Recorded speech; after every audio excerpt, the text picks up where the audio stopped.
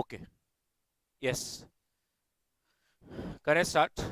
Yes. So startup finance, a complete theory chapter. कोई इसमें सम्मम है नहीं. It's a complete theory chapter. And if you could see, जैसे मैंने बोला ये स्टार्टअप अभी आप आज जब हम इस चैप्टर को सीख रहे हैं मोस्ट प्रॉब्ली हो सकता था 3 साल पहले 4 साल पहले सीखते तो it was new to everyone, but now today everybody knows what a startup, what everybody knows what is startup finance, because of the various shows that are being telecasted. Yes, and among youngsters, millennials, Gen Z, सब यही चर्चा कर रहे हैं कि भाई अपने को जॉब नहीं करना, अपने को स्टार्टअप करना है, फिर भले आइडिया क्यों ना कितना ही गंदा हो, बट स्टार्टअप सबको ही करना है. सो चैप्टर बहुत इजी है, और स्पेसिफिकली अगर मैं कहूँ सारे थ्योरी चैप्टर्स में सबसे इजी अगर कौन सा चैप्टर है तो ये स्टार्टअप फाइनेंस है. And even after being so easy, and institute अगर आप देखेंगे बहुत बार एक एक क्वेश्चन आप देख सकते हैं, मैंने आप सब मेंशन किया हुआ है कितनी बार बार बार back to back mock papers में या एग्जाम में हर जगह पे आते रहता है.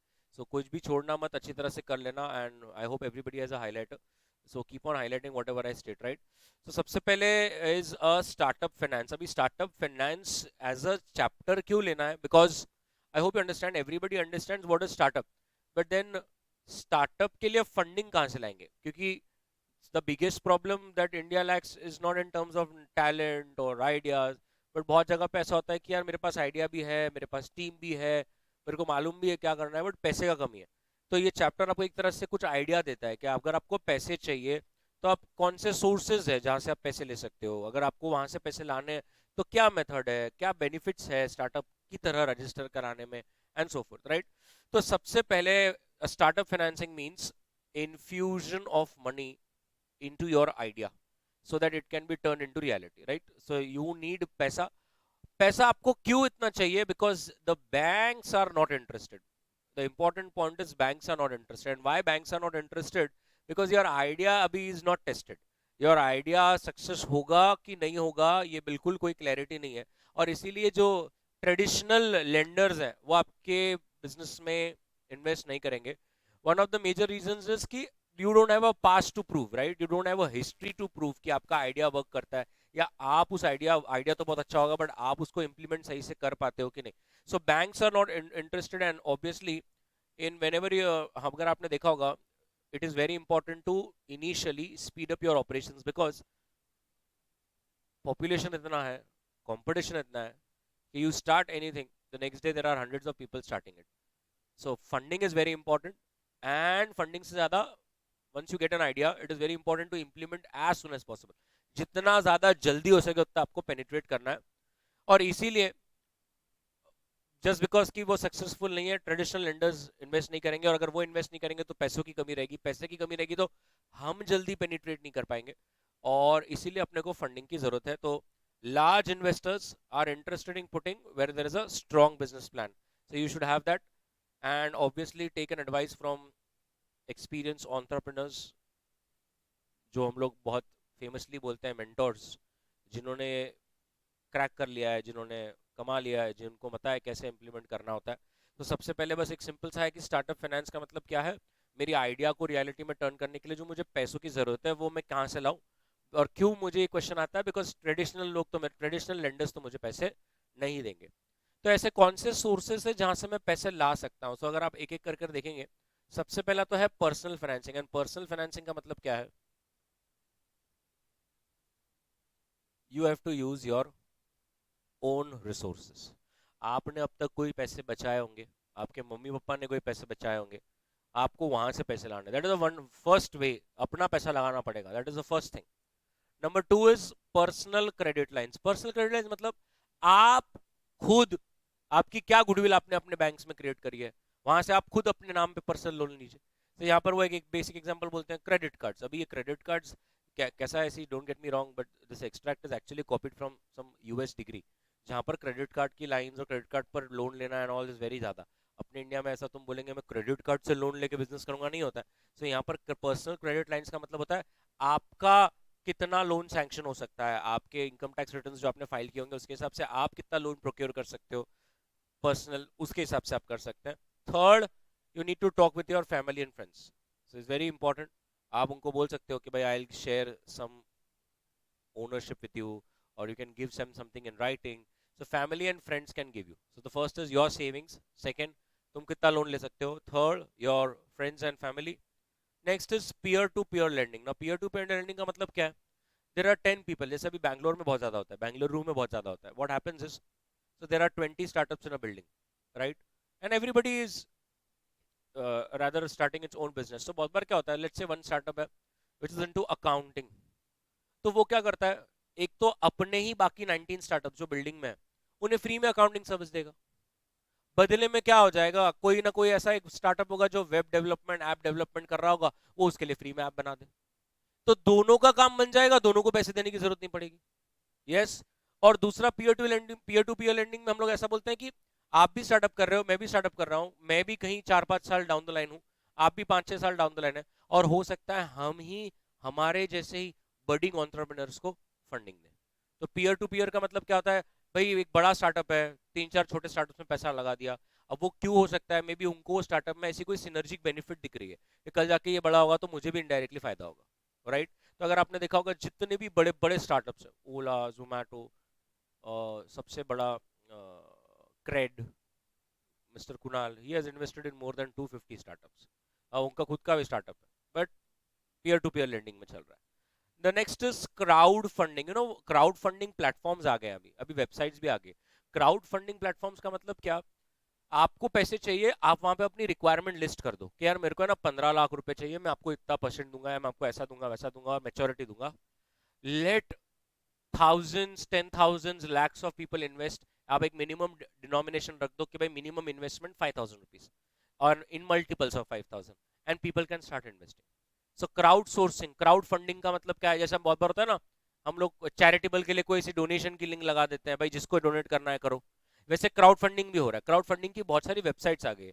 तो आपको जाना है, अपना स्टार्टअप वहां पे रजिस्टर करना है, वहां पे अपना आइडिया डालना, बिजनेस प्लान डालना, अपना इंट्रो डालना, सब डिटेल्स आपने फिल कर देना, और बोलना मेरे को 5,000 या मल्टीपल्स ऑफ 5,000 में चाहिए, मैं 3 साल में ऐसे ऐसे करके लौटा दूंगा. आप कोई भी व्यक्ति आएगा उस वेबसाइट पे, आपका पूरा प्रोफाइल वगैरह रीड करेगा, उसको अगर इंटरेस्ट लगता है तो वो इन्वेस्ट करेगा, राइट? सो क्राउड फंडिंग एक अच्छा सोर्स है. Micro loans, I hope you heard about micro loans. Yes, अपने सामने ही है माइक्रो लोन जो आप एंटर करते हैं आप सामने. तो माइक्रो फाइनेंस इंस्टीट्यूशंस जहाँ पे छोटे छोटे लोन दिए जाते हैं at a very low rate of interest. तो you can even tap that micro loans जो है, it is a very at a low interest, and the amount is basically very small. ऐसा बोला गया है कि इट इज यूज, बट एक case of question comes for 5 marks. मैंने जितना भी अभी तक सजेस्टेड में देखा है, बार बार इंस्टीट्यूट वांट्स दीज,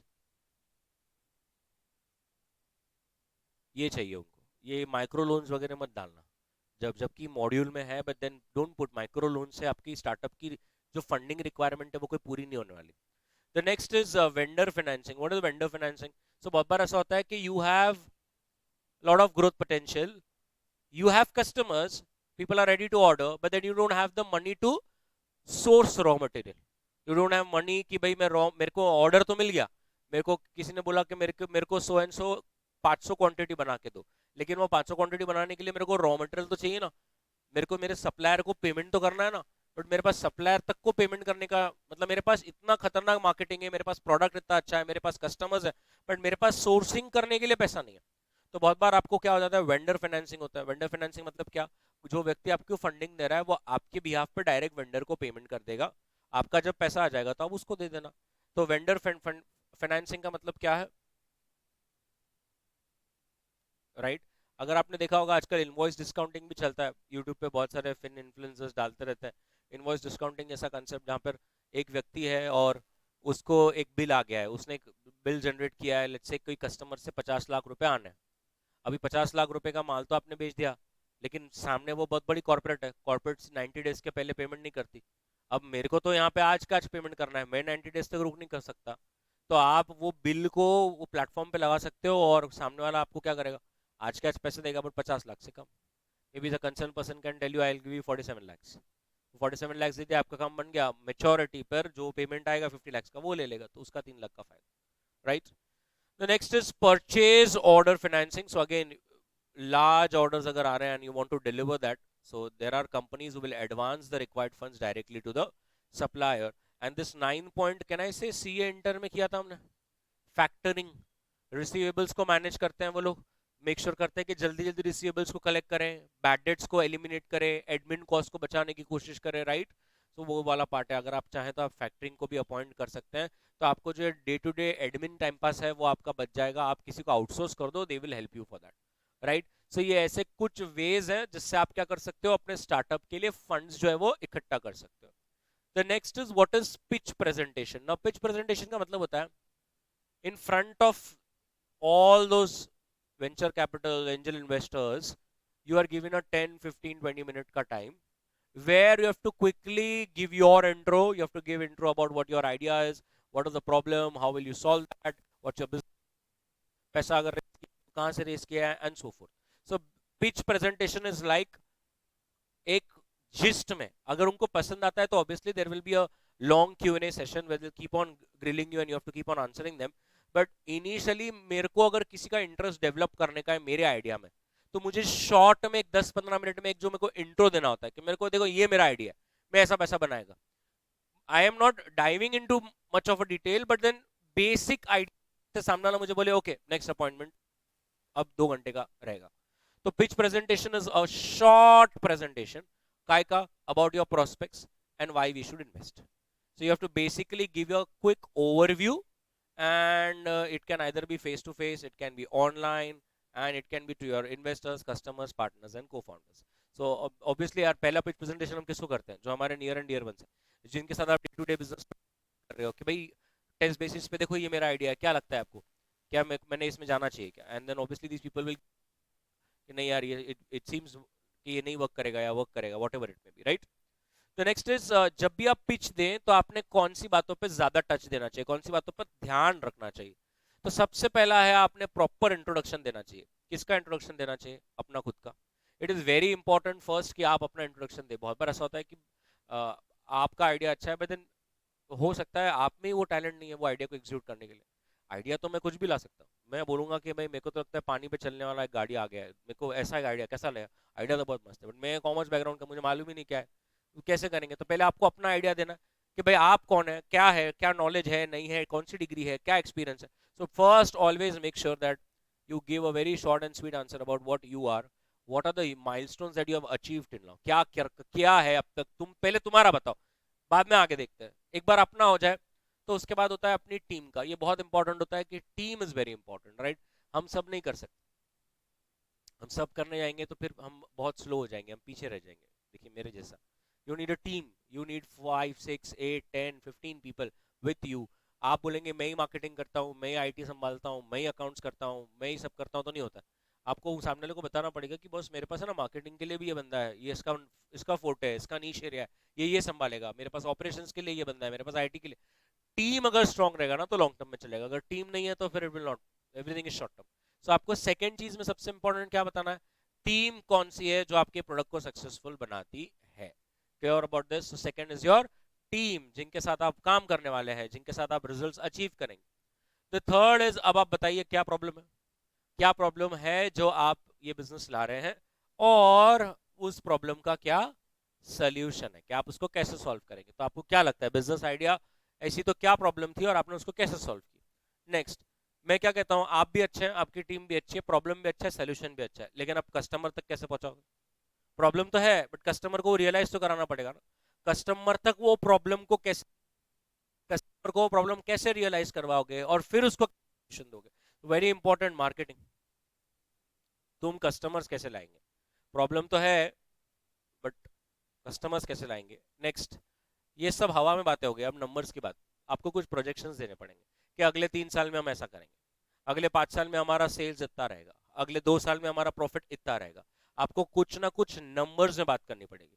अभी तक के जितने भी पॉइंट्स थे आपने सब मेरे को हवा में बात किया, आपने मेरे को सब ऐसे ही ज्ञान की बातें करी. अब आप मेरे को नंबर्स में बताइए. जब आप नंबर्स में डालोगे ना तो मुझे समझ में आता है कि इज इट मेकिंग सेंस और नो, बिकॉज नंबर्स में डालने के बाद आप समझ सकते हैं. मुझे भी एक आइडिया रहता है कि what is the market size, what is the market share, is the particular sector organize और अनऑर्गेनाइज. आप जो नंबर्स कोट कर रहे हो वो इंडस्ट्री के हिसाब से बराबर है या नहीं. So put it in numbers. The next is competition.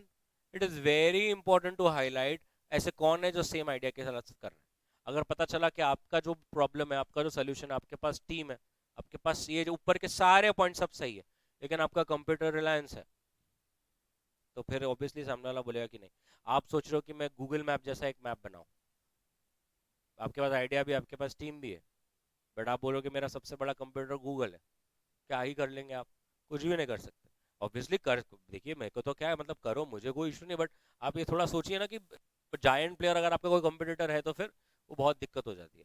या ऐसा भी बहुत बार होता है कि इंडस्ट्री इतनी फ्रेगमेंटेड है कि पिछले 25 साल से there are two players who has a market share of what 7 and 5%, and the remaining 88% is among hundreds of people. So इतना scattered है मार्केट, तो ये भी clear समझ में आता है, ग्रोथ पोटेंशियल नहीं है, क्योंकि 25 साल से जो प्लेयर बिजनेस में काम कर रहा है आज वो टोटल मार्केट साइज का सिर्फ 8% लेकर, इसका मतलब को वहां में तो क्रॉस करने में बहुत दिक्कत हो जाएगी। या ऐसे भी कुछ industry top one player constitute of the total market size, and second third fourth is so clear large level पर एक्सप्लॉइट करने वाला एक मोनोपोली प्लेयर है। उसके बाद second third fourth fifth combine मिलकर भी उसका शेयर, तो फिर क्लियर समझ में आता है कि देयर इज अ ग्रोथ का restriction to some extent. So you have to always make sure कि who is your competition. Next, business model क्या है? सो बिजनेस मॉडल, अभी ये यही एक चीज है जो बहुत सारे लोगों को समझ में नहीं आती। जैसे काफी लोग इनिशियली, हमेशा ऐसा बहुत बार क्वेश्चन आता है, क्या ये ना सर व्हाट्सएप इतना पैसा खर्च कर रहा है, billions of people are texting each other, sending video, sending PDF, billions of लोगों को, and they don't charge us, it is for free. तो मुझे तो समझ ही नहीं आ रही है ऐसे कैसे, इतना कैसे सस्टेन कर पा रहा है। ये जो सोशल मीडियाज हैं, अभी धीरे धीरे लोगों को समझ में आता है कि then you are the customer, they are targeting you with ads and all that part. But initially लोगों को समझता ही नहीं है कि जब कोई कंपनी आती है और वो बोलती है we are giving our services for free, what's the business model, कैसे काम कर रहा है? हो सकता है every in an edtech industry there can be a person who has been putting all the videos for free on YouTube, everything is there in Telegram, लोग उसको चूस ले रहे हैं, टेलीग्राम से एक एक पीडीएफ पे पीडीएफ निकाल रहे हैं, यूट्यूब पे सब वीडियोस डाउनलोड करके बैठे हैं, पूरा गन्ना चूस लिया है। अब ऐसा लग रहा है ये बंदा इतना कर ही क्या रहा है, इसका बिजनेस मॉडल क्या है? तो बहुत बार ऐसे हमें समझता ही नहीं है कि सब ही फ्री दे रहा है, फिर ये कैसे बिजनेस कमाएगा? तो आपको ये उनको बताना होता है। ऐसा कितनी बार होता है कि प्रॉब्लम सोल्यूशन सब सही है, लेकिन सामने वाले को आपका बिजनेस मॉडल ही समझ में नहीं आ रहा है। बिजनेस मॉडल का मतलब होता है आप चार्ज किसको करेंगे, आप रेवेन्यू कहां से जनरेट करने वाले हो, वो ही नहीं समझ रहा। क्योंकि आज ऐसा जमाना आ गया है कि you can not charge to the customer, customer को चार्ज ही नहीं चाहिए, कस्टमर को चाहिए फ्री। तो अभी आप कैसे रेवेन्यू जनरेट करेंगे, वो भी एक बहुत बड़ा प्रॉब्लम है। तो आपको अपना बिजनेस मॉडल बताना पड़ेगा कि आप कैसे और किसको चार्ज करेंगे और कब चार्ज करेंगे, will it be recurring, will it be one time, कैसे रहने वाला है? Business model is very important, so you have to explain that कि आपका टारगेट कस्टमर कौन है, राइट?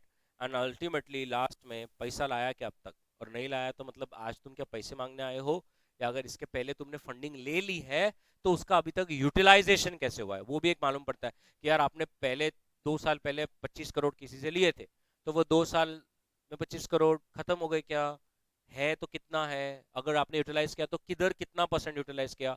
आपका फंडिंग वाला, फाइनेंसिंग वाला पार्ट भी आपको पूरा एक्सप्लेनेशन देना पड़ेगा कि आप वो कैसे अकम्प्लिश करने वाले हैं। सो ये कुछ ऐसे, अगर आप देखेंगे, थिंग्स है जो आपको पिच में बताना होगा। इंट्रोडक्शन, आपकी टीम, प्रॉब्लम क्या है, सोल्यूशन क्या है, मार्केट कैसे करोगे, क्या नंबर्स में बताना है, प्रोजेक्शंस रहेंगे, कंपटीशन क्या है, बिजनेस मॉडल क्या है, एंड फाइनेंसिंग क्या है। क्लियर है? पक्का? अब ऐसा एक क्वेश्चन आ सकता है कि बिजनेस मॉडल क्या है, तो हमने अभी बताया बिजनेस मॉडल मतलब कंपनी कहां से अपना रेवेन्यू और प्रॉफिट जनरेट करेगा। This is very important. ये कुछ भी मत करना, ग्रॉस प्रॉफिट की डेफिनेशन दी है, जिसका फाउंडेशन नहीं हुआ है वही पड़ेगा। आपको यहाँ पे बताना है how the price you will charge and it will fight with the computer, obviously that is very important, right? So ये आपको समझ में आना है कि आप कैसे चलोगे। और एक बहुत इंपॉर्टेंट, जो सबसे इंपॉर्टेंट होता है, कि क्या ये कस्टमर फॉर लाइफ है, लाइफ टाइम बिजनेस चलने ऐसा है कि 3 साल 4 साल चलेगा उसके बाद ये खत्म हो जाएगा।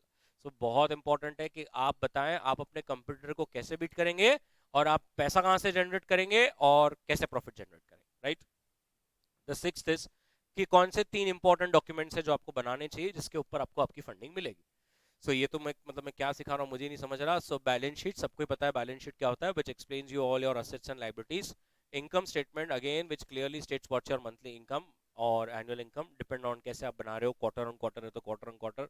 और सबसे इंपॉर्टेंट जो है स्टेटमेंट, अगर मतलब मैं होता तो ये देखता हूँ या अगर मैं पिच करूंगा तो इस पे ज्यादा फोकस दूंगा, और सबको ही पता है कि cash flow statement is very very very superior as compare to income and balance sheet, because balance sheet is something which keeps on changing on a day to day basis, on an hour to hour basis, on a minute to minute basis. जैसे एक general entry आएगा balance sheet पूरा ही change हो जाएगा।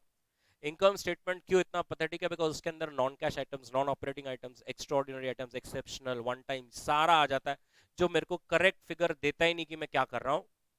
और cash flow statement इसलिए इतना सुपीरियर है बिकॉज जैसे मैंने अभी बताया कि non operating, non extraordinary items, exceptional items, one time, ये सारी चीजें एक्सक्लूड कर कर वो सही से बताता है कैश में मेरे बिजनेस से कितना पैसा आ रहा है, ये पैसा मैं कहाँ लगा रहा हूँ, कहाँ से आ रहा है, कहाँ से जा रहा है, सोर्स, एप्लीकेशन, पूरा कट थ्रोट क्लियर वे में बता देता है। तो कैश फ्लो स्टेटमेंट एक बहुत इंपॉर्टेंट है जो देखकर आपने प्रेजेंट करना चाहिए। तो किसी ने पूछा कि कितने डॉक्यूमेंट्स है, तो ये 3 डॉक्यूमेंट है जो आपने को प्राइमरीली बनाना है। अब सरकार का ये स्टार्टअप इनिशिएटिव क्या है? सरकार के लिए स्टार्टअप का डेफिनेशन है। बाकी आप अपने आप को स्टार्टअप बोलते रहिए, ऐसी कितनी सारी कंपनीज है जो अभी भी पिछले 5-6 साल से है लेकिन अपने आप को स्टार्टअप बोल रही है। हम ये कह रहे हैं कि अगर आपको गवर्नमेंट से स्टार्टअप का सिंबल चाहिए, स्टार्टअप को मिलने वाले सब्सिडीज, स्टार्टअप को मिलने वाले बेनिफिट्स चाहिए, तो सरकार के लिए स्टार्टअप का डेफिनेशन है, नंबर 1, 5 साल नहीं हुए हुए रहने चाहिए, 5 साल से कम। अगर आपके 6 साल हो गए तो you are not a startup. Number 2, कोई भी साल में टर्नओवर 25 करोड़ से ऊपर नहीं रहना चाहिए, 25 करोड़ मैक्स। टर्नओवर की बात हो रही है, प्रॉफिट की नहीं। Number 3, due to innovation, development, commercial, product, process and technology और any sort of IPR, right. तो अगर आप अपने अपने आर्टिकलशिप करिए, आप कर रहे हैं या हो गई है और आपने अच्छी जगह पे आर्टिकलशिप करी है, तो आपने देखा होगा कि बहुत बार सीए को लोग अप्रोच करते हैं कि यार मेरे को स्टार्टअप की तरह रजिस्टर करो ना। दिक्कत कुछ नहीं है, सब लोग कर सकते हैं, क्योंकि जो कंडीशंस है कि not prior to 5 years, obviously when you are registering for the first time 5 years नहीं छुए। तो दूसरा इज एक साल में तो कोई 25 करोड़ का टर्नओवर होता नहीं है। The only problem lies is on this side, right. So you have to prove to the government that you are working towards something new product, new process, ऐसा कुछ जो आप एक नया आईपीआर कर रहे हो। It can be copyright, it can be patent, it can be innovation. ये अगर आपने बता दिया कि मैं कुछ ऐसा कर रहा हूं जो कोई नहीं कर रहा है, तो फिर आप गवर्नमेंट के सारे स्कीम्स, इंसेंटिव्स के लिए एलिजिबल हो जाते हैं। एक और एक चीज जो छोटी सी चीज है जो पॉइंट में नहीं गिनी जाती बट आपने समझना है, it should be an entity incorporated in registered in India. तो प्लीज मेक श्योर कि आप सिंगापुर में रजिस्टर करते हो और फिर इंडिया में आके मांगते हो। ऐसे अब sorry to use harsh language, पर ऐसा भिखारी जैसा करना नहीं। आपको भारत के लिए काम करना है तो इंडिया में रजिस्टर होना है, इंडिया में इंकॉर्पोरेट होना है, 5 साल से कम होना है, 25 करोड़ का सेल्स से ऊपर नहीं चाहिए, और you should work towards something which is innovative, something which is new in terms of product, in terms of process, in terms of any intellectual property right that you could generate। अगर आपने ये किया तो आप समझ लीजिए startup है। बहुत बार ऐसे भी लोगों ने किया है कि एक कंपनी है, अगर आपको समझता है 25 साल से, अब आपको फायदा लेना है, तो आपने क्या किया? अगर आपने देखा होगा अपना इसके पहले मर्जर्स चैप्टर हो चुका है, तो एक कंपनी चल रही है, उसमें 4-5 बिजनेसेस चल रहे हैं, आपको लगता है अब मैं क्या करता हूँ, छठा बिजनेस चालू कर रहा हूँ, लेकिन अब क्या करूंगा, मुझे अचानक से पता चला, तो मैं वो बिजनेस को क्या करूंगा, मेरे ओरिजिनल बिजनेस से डीमर्ज कर दूंगा और एक नई कंपनी बना लूंगा। तो डीमर्जर कर कर अगर आपने ऐसी कोई नई कंपनी बनाई है तो it is not eligible. So it's very important, do not do any sort split up, any sort of reconstruction. If you do that you are not eligible for a startup initiative. And अगर आप eligible एक बार हो गए तो भैया सारे tax benefits का फायदा आपको मिलेगा, सब्जेक्ट टू आपको सर्टिफिकेशन मिल जाता है from the board. Yes everybody. So ये आपको समझना है, ये डेफिनेशन स्टार्टअप की याद रख लेनी है कि स्टार्टअप का मतलब है कि रजिस्टर्ड इन इंडिया, 5 साल से ज्यादा नहीं होना, 25 करोड़ के ऊपर टर्नओवर नहीं जाना चाहिए कोई भी फाइनेंशियल ईयर में। क्लियर है? और you should work towards some innovative product, process और आईपीआर। नेक्स्ट, ये वेरियस मोड्स क्या है? बूट स्ट्रैपिंग एक है। बूट स्ट्रैपिंग का मतलब क्या है? अपने ही पैसों से करना, किसी और से मांगना नहीं। तो कभी कभी आपने सुना होगा I am a bootstrap company. Bootstrap मतलब हमने किसी से पैसे ही नहीं लिए, हमने हमारे ही पैसों से बिजनेस को चालू किया है। एक वो तरीका हो सकता है। एक एंजल इन्वेस्टर्स है, एंजल इन्वेस्टर्स और वेंचर कैपिटल। तो अभी 2 मिनट अगर मैं ये जो एंजल इन्वेस्टर्स है ना, ये देखिए इधर आ रहा हूं, तो आप भी क्वेश्चन 10 पे आ जाइए। डिटो सेम है और क्वेश्चन 10 में थोड़ा ज्यादा है। तो एंजल इन्वेस्टर्स कौन होते हैं? एंजल इन्वेस्टर्स वो हैं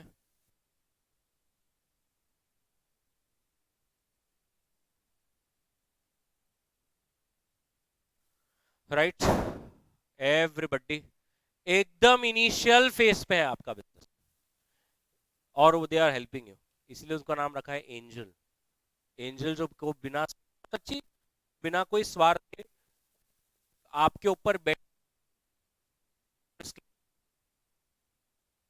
बड़े लेवल, बट फिर भी I am taking risk by putting my money into it. And obviously कोई रिस्क वो इसलिए लेते हैं क्योंकि वो आइडिया ऐसा शायद ऐसा है कि वो 100x भी हो जाएगा अगर हो गया तो, राइट। तो इधर देखिए, पहले ये पॉइंट समझ लो, why they are saying it's opposite of venture capital. Because venture capital से ना एक बार आइडिया सब्सटैंशिएट प्रूफ्स के साथ एक बार कंफर्म हो जाए ना, एक प्रूफ आ जाए कि ये आइडिया चल रहा है, उसके बाद ही वेंचर कैपिटल आपके बिजनेस में घुसता है, उसके पहले नहीं घुसता। तो जैसे अगर आपने बहुत बार सुना होगा शार्क टैंक आता है, कुछ कुछ स्टार्टअप्स बोलते हैं वी आर प्री रेवेन्यू। ऐसा अगर आपने सुना होगा, वी आर प्री रेवेन्यू का मतलब क्या है, अभी 1 रुपए का प्रोडक्ट बेचा नहीं। वी आर प्री रेवेन्यू का मतलब क्या है, 1 रुपए का प्रोडक्ट बेचा ही नहीं, हमने बेचा ही नहीं है। क्यों? अभी आइडिया बहुत मस्त है, आइडिया बस अच्छा एक नंबर चल रहा है, सब टेस्टिंग वेस्टिंग हो गया है, बेचा कुछ भी नहीं है। We are pre revenue. तो प्री रेवेन्यू में वेंचर कैपिटल नहीं घुसता, एंजल वाले घुसते, राइट ना। ये देखो ये कौन लोग होते हैं, राइट। एफ्लुएंट मतलब बहुत अमीर, ultra high net worth, not high net worth, not HNI, UHNI। इतना पैसा है इनको कि ये डूब भी गया तो इनको कोई फर्क गिरता नहीं है। स्पेसिफिकली क्या करते हैं, यस ऐसे, अगर आप कभी MBA करने का सोचेंगे CA के बाद, तो वहां पर ये ऐसे नेटवर्क्स बनते हैं, ग्रुप्स बनते हैं, जहाँ पे कैपिटल पूल होता है and it is invested, right. ये एक बहुत बड़ा डिफरेंस है। एंजल इन्वेस्टर्स अपना खुद का पैसा लगाते हैं। वेंचर कैपिटल क्या करता है, do you know, general partners and limited partners. So venture capitalist क्या करता है, एक फंड बनाता है, वो HNI से पैसा सोर्स करता है और वो पैसे को मैनेज करता है by investing in startups. I don't know how many people understood this. So if I am an angel investor and if I want to invest, I will invest my own. I am a VC. VC का मतलब है मेरा भी पैसा होगा but मेरा नहीं है, मैंने एक फंड, जैसे म्यूचुअल फंड कैसा है, म्यूचुअल फंड क्या करता है, करोड़ों लोगों से पैसे लेता है और फिर कहां इन्वेस्ट करता है, स्टॉक मार्केट। सेम VC में बस आप और मैं ऐसा, मला 500 रुपयाची SIP करायची नाही होत असं, एक मिनिमम अमाउंट होता है उसका, 5 करोड़ 10 करोड़, गिन के 20 25 30 40 50 लोग होते हैं, 50 50 करोड़ डालेंगे लोग, 50 लोग रहेंगे, 2,500 करोड़ का पूल होता है वो, फिर वो 2,500 करोड़ के पूल को VC हैंडल करता है और वो अलग अलग 10 12 बिजनेसेस में इन्वेस्ट करता है। So that's the major difference, इसलिए मैंने यहाँ पे 3 स्टार मार्क दिया। So angel investors are normally individuals, they can also take the form of LLP, trust और फंड। ये लोग आपको सीड स्टार्टअप देते हैं, राइट। सीड स्टार्टअप का मतलब क्या होता है, एकदम इनिशियल। सीड स्टार्टअप का मतलब है एकदम इनिशियल। तो 2 मिनट में यहां से फिर से और एक क्वेश्चन पे जंप कर रहा हूं, ये देखो इतने होता है। तो सबसे पहले क्या है, सीड मनी, उस स्टार्टअप, उसके बाद आता है first round, second round, third round, fourth round and it keeps on going, right. तो अगर आपने देखा होगा, ऐसा कभी आपने सुना है, किसी ने बोला तुम्हारा कौन सा फंडिंग चल रहा है, सीरीज B चल रहा है। अगर आपने कभी स्टार्टअप की दुनिया में ऐसा सुना है, तो कोई कोई का सीरीज D चल रहा है, सीरीज F चल रहा है, मुझे मालूम नहीं, मैं कोई नाम नहीं लेना, कोई बड़ा एडटेक प्लेटफॉर्म है, एडटेक कंपनी है, बहुत बड़ी, खतरनाक लॉसेस में अभी, कभी भी जा सकती है। उसका तो सीरीज FHIJKL, मुझे लगता है Z भी हो गया होगा। तो सीरीज वेज में चलता है, राइट, पक्का। एवरीबडी, सो पहले seed money, then startup and then first round, second round, third round, it keeps on going. Ultimately सबको कैसे एग्जिट मिलेगा, सबको एग्जिट कैसे मिलेगा, in the form of IPO, राइट। सब लोग आईपीओ के फॉर्म में एग्जिट लेते हैं, और कैसे एग्जिट लेते हैं? ऑफर फॉर सेल, ओएफएस बोलते हैं उसको। मतलब क्या होता है, जब आईपीओ आता है तो वो पूरा फ्रेश इशू ऑफ शेयर्स नहीं होता, उसमें कुछ पार्ट क्या होता है, offer for cell. Offer for cell मतलब एग्जिस्टिंग इन्वेस्टर्स भी अपने शेयर्स बेच रहे हैं, और वो सब किसको चिपकाए जाते हैं?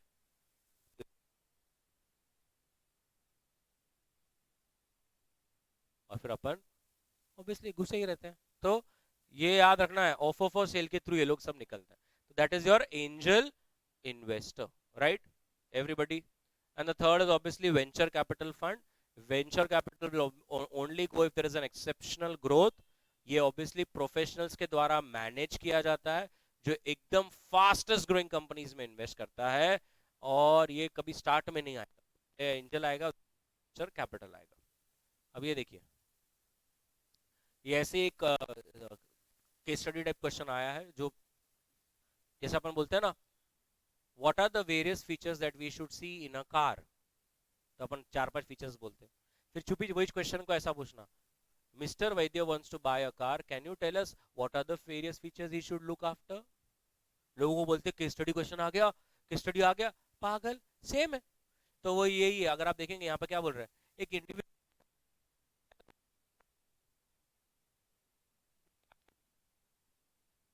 को केस स्टडी फॉर्म में एग्जाम में आया था, वो एक ट्रेड क्रेडिट ना, ट्रेड क्रेडिट मतलब क्या, सप्लायर्स का फंडिंग, राइट। तो ट्रेड क्रेडिट इज वन रास्ता।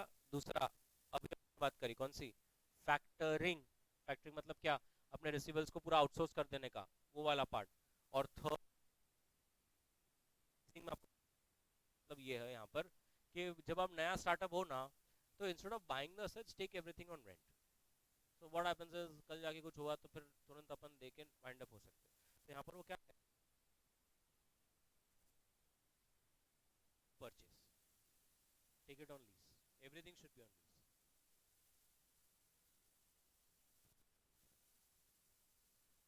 राइट। क्यों? बिकॉज आप समझ रहे हैं, लेट्स से आपके घर में आपको नया घर बसा, तो you take a fridge, you take a television, अभी आप फ्रिज आ रहा है लाख रुपए, टीवी आ रहा है लाख रुपए, कहाँ तक क्या क्या ले पाएंगे इसमें। But let's say if you take everything on lease और अगर simpler terms if I talk about house holding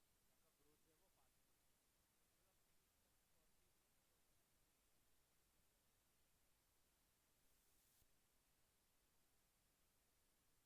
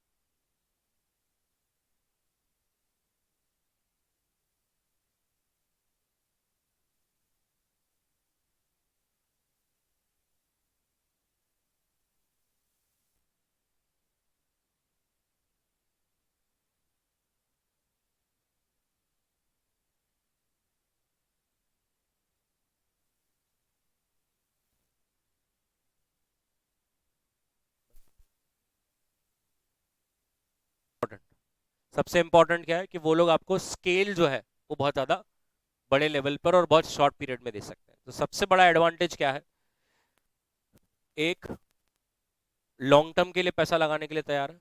number दो, क्या ना इससे आपके साथ रिस्क भी तो शेयर करते हैं वो। डूबा तो उनका भी डूब रहा है, ऐसा तो नहीं है कि आपका ही लॉस हो रहा है, लॉस तो उनका भी होगा। नंबर तीन, ये दे सकते हैं वो आप, क्योंकि उनके पास ये है, जैसे मैंने बोला, लॉर्ड ऑफ नेटवर्क्स। नेटवर्क्स क्यों होता है, अब मैंने एक बार इसके पहले भी आपको बोला हुआ है कि एमबीए करना है तो आउट ऑफ इंडिया से करते हैं लोग। उसका लॉजिक क्या है, अभी जिनका इधर आईआईएम में नंबर नहीं लग रहा है वो जा रहे हैं, दैट्स अ डिफरेंट कॉल, हम उनकी चर्चा ही नहीं कर रहे। बट बहुत बार कैसा होता है, when you are doing an MBA from an outside India, कोई ऐसी यूनिवर्सिटी ना, तो in a batch of 60, in a batch of 120 there are people coming from various 50 countries. So perspective मिलता है। जब अब मैंने आपको एग्जांपल के तौर पे, जब अब और आप एक इंडियन कॉलेज में है और 120 के 120 पूरे इंडियंस है, और अगर आपके सामने एक केस स्टडी रखी जाए कि आग लगी तो क्या करना, तो पूरे 120 के 120 क्या बोलेंगे, धक्का मारो बाजू वाले को और भागो। बट जब आप यही केस स्टडी कोई ऐसी यूनिवर्सिटी में डालेंगे जहां पर 50 से अलग कंट्रीज से लोग आए हैं, उनकी अपब्रिंगिंग अलग है, उनका चाइल्डहुड एकदम अलग था, तो आपको एक ही केस स्टडी के 50 अलग आंसर आएंगे। अब आपको आपको उसका पोटेंशियल समझ नहीं आ रहा, जब एक केस स्टडी को देखने के 50 अलग पर्सपेक्टिव्स आते हैं और 50 अलग आंसर आते हैं, अरे ये सिनेरियो में तो ये भी हो सकता था, ये भी हो सकता था, ये भी हो सकता था, तो आपका जो ग्रोथ है वो बहुत खतरनाक लेवल पे चल रहा है। और प्लस जैसे आप इतनी बड़ी यूनिवर्सिटी में एमबीए कर रहे हो, 120 का बैच है, तो उस आपके जैसे ही 119 भी कुछ अलग कर एक अलग जगह पे जा रहे होंगे। जैसे आप कुछ कर कर इंडिया में फिर से एक बहुत बड़ी कंपनी में कोई बहुत बड़ी पोजीशन पे रहेंगे, वैसे वो 119 भी कहीं ना कहीं रहेंगे। जस्ट इमेजिन, एक फोन कॉल पर आप कोई भी देश में कोई भी कुछ भी काम करा सकते, राइट। अपन यहाँ पर क्या है, अपना अपना नहीं बोलना है मुझे तो। ये सबको समझ में आ गया कि नेटवर्क्स बहुत इंपॉर्टेंट है, इनके नेटवर्क्स जो है वो बहुत खतरनाक होते हैं। ये बहुत इंपॉर्टेंट है, I don't know how many people understand this. ये आपको एडिशनल कैपिटल और दे सकते हैं, अच्छा हुआ तो वो और दे सकते हैं। फ्रेंड्स एंड फैमिली कहाँ तक दे पाएंगे, यस, रिलेटिव 11 रुपए देगा, 51 देगा, 101 देगा, उसके ऊपर क्या देगा, उसके ऊपर कुछ नहीं हो सकता। माता पिता भी एक लिमिट है, बेचारे वो अपनी सेविंग तोड़ सकते हैं, अपना रिटायरमेंट फंड तोड़ सकते हैं, उसके बाद आप बोलेंगे अब तो मम्मी बहुत स्कोप दिख रहा है, बहुत स्कोप दिख रहा है, कस्टमर आते ही जा रहा है, आते जा रहा है, अपने को और 2 साल सर्वाइव करना है बस। वो बेचारे आपके लिए घर भेज देंगे, उसके बाद क्या करेंगे, कहाँ तक पहुंचेंगे। अगर बिजनेस सक्सेस भी हो गया ना, तो भी आपको कभी ना कभी पैसों का दिक्कत आएगा, तो वैसे भी वो रूट तो कोई मतलब है ही नहीं। तो एडिशनल फंडिंग और पैसा लगाने का बाद में क्षमता उनके पास होता है। ये देखिए, ये भी बहुत इंपॉर्टेंट है। अगर आप उनको लगा कि अब आपकी कंपनी बहुत बड़े लेवल पर चली गई है, उसको आईपीओ करवाना भी उनको आता है। अब आप बोलोगे इसमें क्या है, इन्वेस्टमेंट बैंकर मर्चेंट बैंकर को हायर करो और कर लो। तेरे से फोन नहीं हो रहा प्रिंसिपल को, दो दो छुट्टी मांगने की, तू आईपीओ कैसे करेगा, बताइए। आप करके तो देखिए एक फोन, आप एक कॉल तो करिए, फेस टू फेस ही बात करनी है आपको। आप वहां कॉल नहीं कर पा रहे हो, आप बात नहीं कर पा रहे हो, रिलेटिव को अपन फोन करके पूछ नहीं पा रहे कैसे हैं आप, डर रहे हैं अपन, मम्मी बोल रही है बात करना है, अपन बोलते हैं ना ना ना ना ना, बोलते हुए बाहर है। इतने बड़े इन्वेस्टमेंट बैंकर लॉयर्स के साथ, सेबी के साथ, वो सब इकट्ठा करना, वो कैसे कर सकते हैं, यही आपकी हेल्प कर पाए, right. What is the trade sale, कभी आपको अपना शेयर ऑफलोड करना है, स्टेक बेचना है, तो these people can help you do that. So इनके पास बहुत ज़्यादा एक्सपर्टीज है, इनके पास बहुत ज़्यादा नॉलेज है, बहुत ज़्यादा एक्सपीरियंस है, बहुत ज़्यादा नेटवर्किंग है, जो ये आपको हेल्प कर सकते हैं आपकी कंपनी को लेकर, राइट। ये लोग कह रहे हैं कि अब एक ये और एक case study question, peer to peer lending and crowd funding, क्या ये कोई ट्रेडिशनल मेथड्स हैं कि अभी अभी आए हैं। So obviously these are not traditional methods. Peer to peer और क्राउड फंडिंग अभी अभी आया है, सो यहाँ पर उन्होंने फिर से पीयर टू पीयर एक्सप्लेन किया है, जहाँ पे group of people come together and lend money to each other. और क्राउड फंडिंग का मतलब है लार्ज नंबर ऑफ लोगों से पैसे रेस करना, with the help of app, with the help of website, with the help of social media. तो आप जो है वो, ये दो मेथड्स हैं याद रखना, but they are not traditional, they are something which have newly come up, right? Next, ये वीसी की फंडिंग राउंड क्या होती है, ये तो मैंने अभी आपको बताया, seed money, startup first second third fourth. अगर आप यहाँ पर देखेंगे, जो सीड मनी होता है ना, वो ज्यादा समय के लिए अटका रहता है, क्योंकि ऑब्वियसली उसको आईपीओ तक जाने में बहुत समय लगने वाला है। एज कम्पेयर टू 4 स्टेज, जो हो सकता है कि 1 से 3 साल के अंदर कंपनी का आईपीओ हो जाएगा, क्योंकि वैसे भी बिजनेस बहुत लंबा आ चुका है, पिछले 6-7 साल से मार्केट में है, अच्छा खासा रेवेन्यू प्रॉफिट दोनों जनरेट कर रहा है। तो अगर आप इस टेबल को कभी बनाने की कोशिश करेंगे, अगर आपका सीड मनी है तो आपको बहुत समय तक रुकना है, अगर आपका लास्ट स्टेज है तो आपको कम समय तक रुकना है, अगर आपका सीड मनी है तो आपको रिस्क सबसे ज्यादा है, और अगर आप बहुत लेटर स्टेजेस पे इन्वेस्ट करते हो तो वहां पर रुकना भी कम है और रिस्क भी जो है वो बहुत कम है। क्लियर है? यहाँ पर बाजू में बताया गया है थोड़ा सा थियोरेटिकल फॉर्म में कि वो स्टेज पर होता क्या है। तो can you see, seed money में अभी तो क्या चल रहा है, सिर्फ R&D। आने वाले स्टेजेस में क्या हो रहा है, प्रोटोटाइप। थर्ड स्टेजेस में क्या हो रहा है, अब आप कमर्शियल जा रहे हो, उसके बाद मार्केट में एक्सपांड कर रहे हो, अब मार्केट में एक्सपांड करने के साथ साथ प्रॉफिट भी बना रहे हो, और अल्टीमेटली आप सोच रहे हो कि अब हमें पब्लिक जाना है, अब हमें आईपीओ लाना है, हमारी कंपनी को लिस्ट करवाना है। तो ये मैंने आपको सब टिक करके दिया, पहले R&D, फिर प्रोटोटाइप, फिर कमर्शियल, फिर मार्केट को एक्सपैंड करना, फिर प्रॉफिटेबिलिटी की तरफ देखना, और अल्टीमेटली फिर आप चलते हो आईपीओ की तरफ। Clear?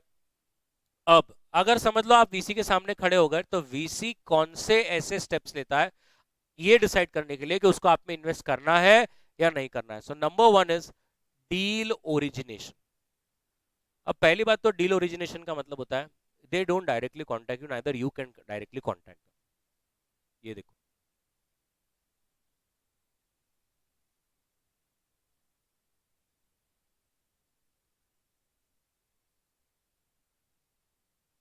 Clear?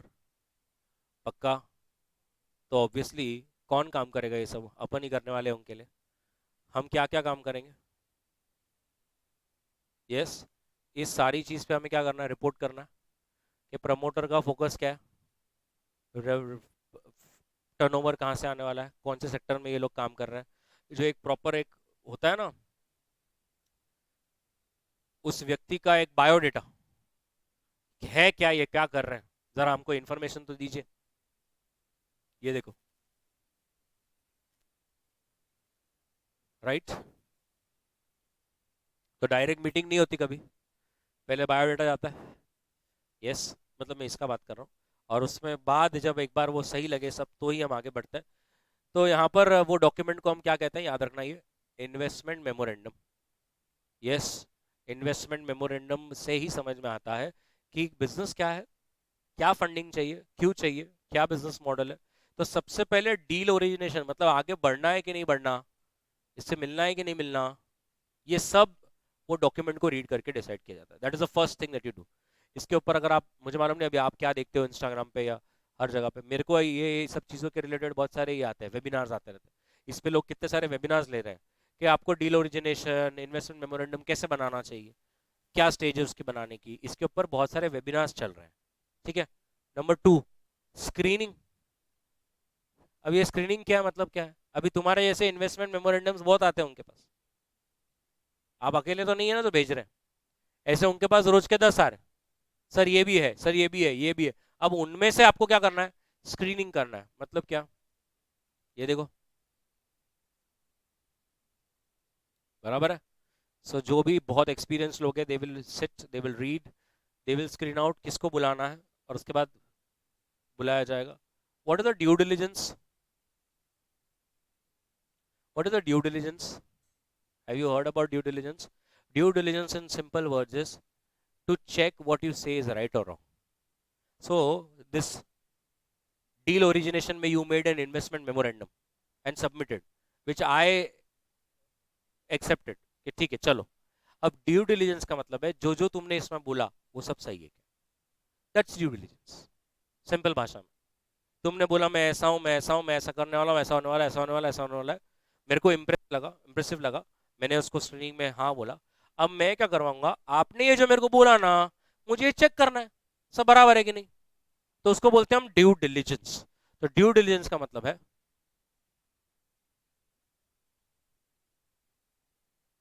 Yes, so you will verify all the documents, you will verify each and everything कि ये सब सही है कि नहीं। अगर आपने देखा होगा मर्जर एंड एक्विजिशंस में, जब भी मर्जर एंड एक्विजिशन होता है, सेलर भी अपनी तरफ से ड्यू डिलिजेंट पार्टी एक हायर करता है और बायर भी करता है, दोनों एक दूसरे से करवाता है।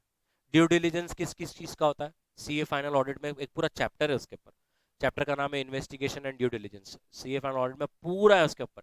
तो ड्यू डिलिजेंस होता है इन terms of tax, in terms of HR, in terms of finance, in terms of IT, सब एंगल्स पे ड्यू डिलिजेंस होता है. That's what they do. ये ड्यू डिलिजेंस को फिर क्या किया जाता है? दोनों के साथ शेयर किया जाता है. सही है ना भाई? जिसका है उसको भी बताना है, देख भाई तेरा ऐसा ऐसा मिला, और जिसने अपॉइंट किया उसको तो मिलना ही चाहिए, पैसा वो दे रहा. फोर्थ, चलो ड्यू डिलिजेंस में सब सच आया, उसने जो भी बोला वो सच आया, अब पैसों की बात करनी पड़ेगी. डील कैसे डिसाइड करेंगे? ये समझ रहा है? और कितने लोगों को ये वाली लाइन समझ रही है? सबसे पहले वो हमेशा क्या कर रहे हैं, ये क्यों जा रहे हैं कन्वर्टेबल स्ट्रक्चर पे, क्यों जाते हैं? बहुत खतरनाक रहते हैं कन्वर्टेबल स्ट्रक्चर पे. क्यों? I don't know how many people understand. Because if I take a debenture, you will give me only a fixed amount of interest, and then खत्म. And if I go for equity, मैं तो एड़ा बनूंगा, because मुझे तो कुछ मिलने वाला ही नहीं है. So what I do, I go for convertible structure. Convertible क्यों? आज तो डिबेंचर का फॉर्म है, तो जब तक आइडिया नॉर्मल नॉर्मल चल रहा है, मेरे को तो फिक्स अमाउंट मिल रही है. जिस दिन आइडिया बहुत ही टेक ऑफ कर लिया, उस दिन कन्वर्टेबल को क्या कर लूंगा, इक्विटी में कन्वर्ट, मैं भी बन गया ओनर. और एक ओनर बनने के बाद देयर इज अ बायबैक, कि भाई कुछ समय बाद आप प्रॉमिस करो ये शेयर्स आप मेरे से इतने भाव में ले लेंगे. सब लोग करते हैं ऐसा, सबका ऐसा रहता है. अभी मेरे को नाम नहीं लेना, एक दो कंपनीज थी, तो एक कंपनी ने, फॉरेन कंपनी थी, जो उसने इंडिया में आके एक बहुत बड़े ग्रुप से के साथ जेवी किया, और उसने बोला कल जाके कुछ भी इश्यूज आया, and if you want to exit, we will not find a party who will buy the shares, you have to buy the shares from us. So we write a buyback, कि तुम मेरे को लेंगे मेरे से, और मैं भी आपको लिख के देता हूं कि मैं सबसे पहले, मेरे को शेयर्स बेचने तो आपको ही बेचूंगा, मुझे अगर राइट प्राइस नहीं मिलता तो मैं किसी और को बेचूंगा, ऐसा. तो obviously people will do that. So convertible structure and buyback right, ये दोनों एग्रीमेंट में आती है, मतलब आती है. नेक्स्ट, आप ये भी बोलते हो कि आप एग्जिट कैसे दोगे, कब दोगे? एग्जिट भी चाहिए सबको, सबको थोड़ी आपके साथ जीवन भर चलना है, शादी थोड़ी करनी. इन्वेस्ट कर रहा हूं तो मुझे एक होराइजन चाहिए कि भाई मेरा पैसा 6 साल अटकेगा, 7 साल अटकेगा, 8 साल अटकेगा, उसके बाद तो आईपीओ के फॉर्म में आप मेरे को एग्जिट देंगे. Next, post investment activity. Now what is post investment? Investment तो हो गया, उसके बाद, उसके बाद क्या होता है? रोज रोज reporting. Yes, good morning ma'am. रोज रोज रिपोर्टिंग, राइट, रिपोर्ट करना है. Management information system, MIS, daily daily reports जाती है, सब बताना पड़ता है. What is this again? Audit में कितना है ये, corporate governance audit committee chapter है पूरा, ऑडिट करके बैठे हैं लोग. कॉर्पोरेट गवर्नेंस का मतलब क्या है? Requisite number of independent directors है कि नहीं, हर चीज के लिए कमेटी बनी है कि नहीं, सारे अप्रूवल्स इन प्लेस है कि नहीं, कुछ भी गलत तरीके से नहीं चल रहा है, कुछ स्पेसिफिक लोगों को फेवर नहीं मिल रहा ना, सब ट्रांसपेरेंट मैनर में चल रहा है ना, ये सब चेक करना है. Day to day, time to time मेरे को रिपोर्ट्स मिल रहे हैं ना, ये सारा चीज चेक करना है. ये देखो, ये भी बहुत जरूरी है. पैसा लगाया उसने, 4 क्वेश्चन तो पूछेंगे. माइलस्टोन भी अचीव नहीं आता, they will ask you explanation. तुम तो बहुत बोल रहे थे 3 साल में इतना टर्नओवर ठोक देंगे, कहाँ हुआ? हमको ही ठोक दिया तुमने, टर्नओवर तो कुछ ठोका नहीं. तो ये बहुत दिक्कत हो जाती है. एग्जिट प्लान, एक क्या है और एक क्या है, समझ में आ रहा है ये?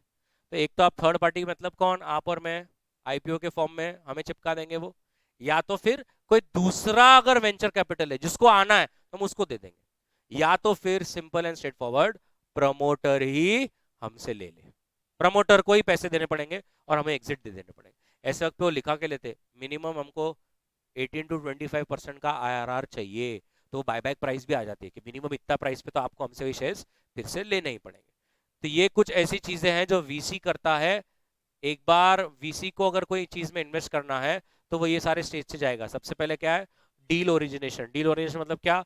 चार्टर्ड अकाउंटेंट बनाता है आपके लिए, क्या बनाता है? वड़ा पाव, पाव भाजी, या information, investment memorandum, investment memorandum, वो बनाने में सारी चीजें मेंशन होती है. फिर वीसी इसको क्या करता है? स्क्रीन करता है. स्क्रीन करने के बाद आपसे क्या करवाता है? Due diligence. ड्यू डिलीजेंस की रिपोर्ट जो है वो आपके साथ शेयर होती है. शेयर होने के बाद आप क्या करते हो? डील को स्ट्रक्चर करते हो कि मैं पैसे कैसे दूंगा, कितने दूंगा, कितने समय के लिए दूंगा. एक बार स्ट्रक्चर हो जाए तो उसके बाद मेरे को क्या करना है? आपको मेरे को समय समय पे रिपोर्ट देना है, आपको मेरे को जवाब देना है, एक्सप्लेनेशन देना है, और आपको फिर अल्टीमेटली मेरे को क्या देना है सर? एग्जिट. कैसे एग्जिट दोगे? एक तो आप मेरे को प्रॉमिस करो आप ही मेरे से ले लोगे, या तो मैं फिर आईपीओ के थ्रू किसी से एग्जिट करवा दूं. सॉर्टेड है. Lastly, venture Capitals in India. Venture Capitals in India, इधर देखिए,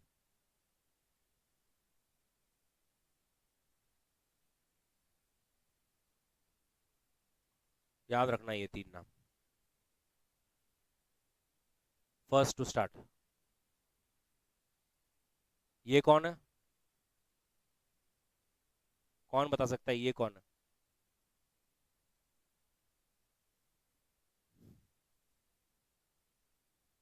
सेबी है ये। कंट्रोलर्स इशू, बाद में सेबी नाम आया।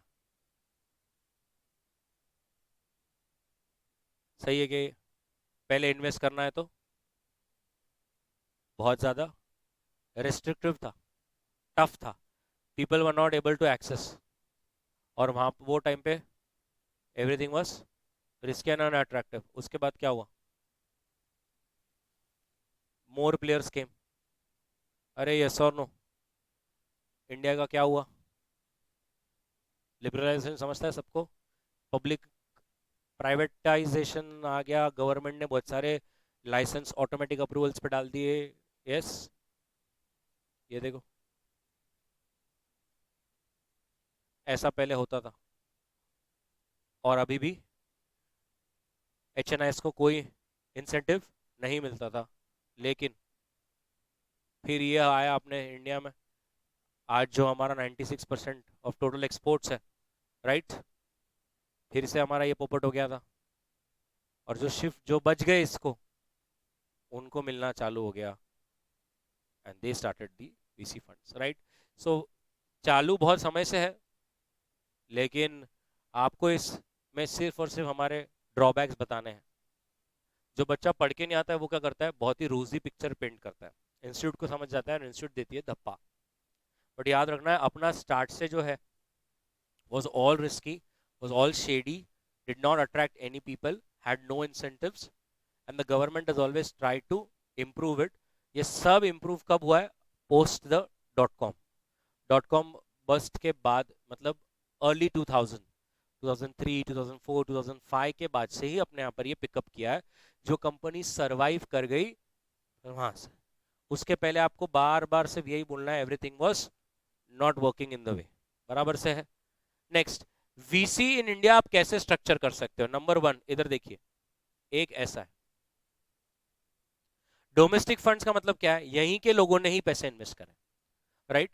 सो domestic vehicle for the pooling funds from investors and an advisor that carries the duty of asset manager, जो मैंने अभी आपको एक आधे घंटे पहले बोला। क्या बोला? कि एक वीसी होता है, वो 25, 30, 40, 50 लोगों से पैसा रेस करेगा, और फिर वो पैसे को क्या करेगा? इन्वेस्ट करेगा, जिसके लिए उसको एक फी मिलता है। The second is offshore funds. What is offshore funds? ये देखो,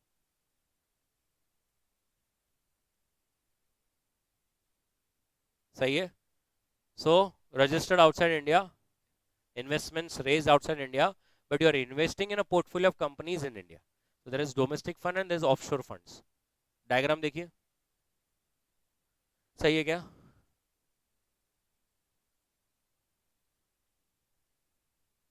ये कंपनीज है, और ये उसका इंडियन एडवाइजर। यूनिफाइड स्ट्रक्चर और इसमें क्या डिफरेंस है?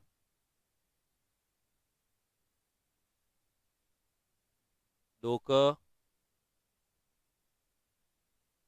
सो डोमेस्टिक में क्या होता है, people directly contribute, and for offshore funds में क्या होता है, people contribute to a foreign fund which first allocates a some part to a trust which is incorporated in that country, and that trust then invest in the portfolio of companies in that country. So you create one extra layer, right? So you can see this, ये specifically कहाँ use होता है? आप पहले local manage trust में डालते हो, जबकि डोमेस्टिक इन्वेस्ट डायरेक्टली ट्रस्ट में ही डालते हैं, और फिर वहां से पैसा अलग अलग पोर्टफोलियो ऑफ कंपनीज में जाता है।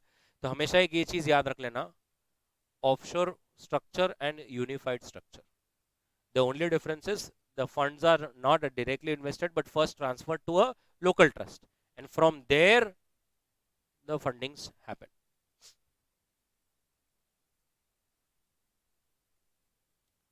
Venture capital means available for startup and small. Venture capital money is provided by professionals who, alongside management, invest in young and rapidly growing companies that have a potential to develop into significant contributors. Clear? Pakka? Everybody? So this is what it is. What is important from the start? If I एक बार फिर से revise. So the first is what is startup finance. अब आपको समझा the whole story revolves around the finance part. कि कहाँ से funding लेंगे and क्या part. First question में ऐसा था कि traditional lenders are not ready to invest. Why? Because your idea is new and you don't have any backing, you don't have any experience. Number two, some innovative source, that is personal finance, मतलब खुद का पैसा. Personal credit line मतलब खुद personal loan लो. Family and friends. Peer to peer मतलब आपके जैसे दूसरे भी हैं जो स्टार्टअप कर रहे हैं, उन्होंने आप कुछ पैसा आपके इसमें लगाया, आपने उनके इसमें लगाया. क्राउड फंडिंग मतलब एक सोशल मीडिया प्लेटफॉर्म्स के थ्रू हजारों लोगों से आपने पैसा रेज करना. माइक्रो लोन्स मतलब छोटे छोटे अमाउंट के loans eight a very low rate of interest मिलते हैं. Vendor financing, purchase order financing, receivables is all about where you do your invoice discounting or either outsource the whole debtors collection to a particular factoring agent. Pitch presentation का मतलब है एक short period of time में आप सामने वाले को अपनी आइडिया, अपना प्रॉब्लम, आपके आप कैसे सॉल्व करेंगे, आपका क्या बिजनेस मॉडल है, ये किसी को बताएंगे.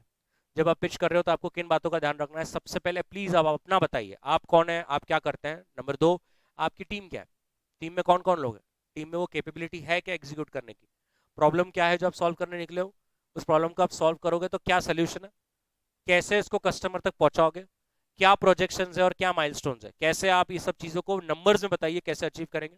आपका सबसे बड़ा कॉम्पिटिटर कौन है, उसका क्या मार्केट साइज है, मार्केट शेयर है, आप कैसे पैसे जनरेट करते हो, किससे पैसे चार्ज करोगे, और अल्टीमेटली आपने अभी तक अगर फंडिंग ली है तो भाई कहाँ तक चला हो पैसा, और अगर नहीं लिए तो कितने की फंडिंग चाहिए.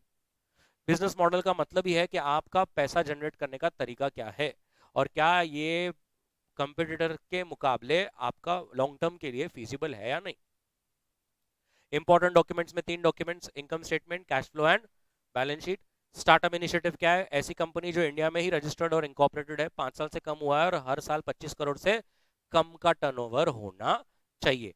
अगर आपका ये सब चीजें हो जाती है और मेक श्योर करना है कि आप कुछ नया कर रहे हैं, इनोवेटिव कर रहे हैं in terms of process, in terms of product, और you are trying to generate some patent और इंटेलेक्चुअल प्रॉपर्टी, तो ही आपको ये मिलेगा. भाई मेजर मोड इसका मतलब क्या हो गया? एक तो बूटस्ट्रैपिंग हो गया जहां पर आप अपने ही पैसे को लगाओगे. नंबर दो, आप एंजल इन्वेस्टर्स, जो कि बहुत सीड फंड, सीड स्टेज पर आता है, जब आपका आइडिया अभी तक मटेरियलाइज भी नहीं हुआ, आपका आइडिया जो है वो अभी तक सब्सटैंशियली प्रूव भी नहीं हुआ कि चलेगा कि नहीं. और third is venture capital. Venture capital का मतलब है एंजल के बाद जब आपका आइडिया एक तरह से चल जाता है, series round A B C D, जब आपका business is ready to explode and you need to want that it grows exponentially in a very short period of time, at that time venture people will come.